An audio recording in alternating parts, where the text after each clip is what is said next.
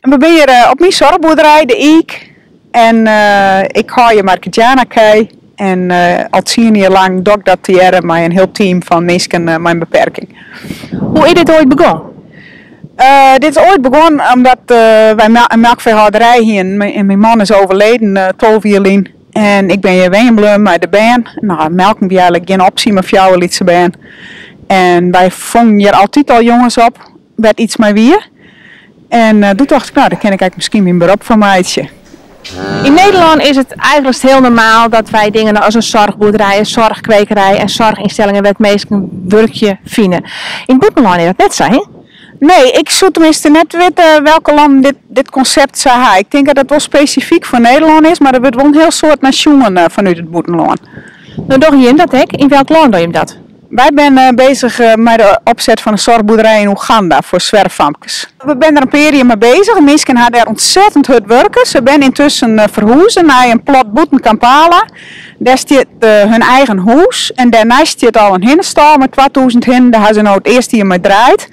De watervoorziening is helemaal op orde. Er is zonne-energie. En er zijn ook nog reservoirs uitgeroepen voor visken die dan weer de mest van de hinnen eten kennen.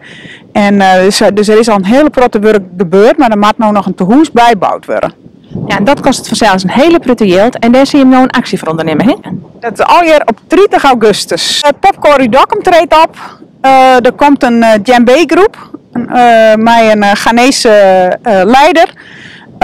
Er is een lokale zangeres hier met die Wesseling bereid voor hem op te treden. En als klap op een vuurpijl hebben we Volkert Hans Tolsma. En die speelt saxofoon en trompet. En dat is bij iedereen ook bekend als een grote feestmaker. En het is de bedoeling dat een aantal concerten van oude Ier jong worden. Dus dat de Ier als achtergrond gebruikt wordt. En ook het hiem en de stal. Er is een Facebookpagina van het evenement. En voor de rest zit er informatie op www.baridi.nl. Is dat echt moeilijk om die kei te verhuizen? Want ze zijn natuurlijk net heel tam. Is het moeilijk? Nee, eigenlijk wel wat. Maar meer met dingen werken, dan is het eigenlijk niet meer zo moeilijk. Ja, want wat ga je hem nou precies doen om ze van de ene kant van de stal naar de andere kant te krijgen? Nou ja, eerst allemaal een hekken openzetten en die sturen vastzetten. En dan een foutjes vouwen en dan een sturen. Wat is het altijd belangrijkste om ze vast te zetten? Nou ja, voordat ze niet foutjes kunnen dekken. Terwijl de foutjes achter gaan, achterlangs. En jongens, het nou aan het grote feest is op 30 augustus. Ga je hem dan ook naar wat speciaals doen? Hoe stoot dan wat aan bouwen? Ja, dan ga ik echt hierheen om te helpen. De fietsen, de zezen die met daar staan en Ronald zo dan de auto's regelen. Aan de zin hoor?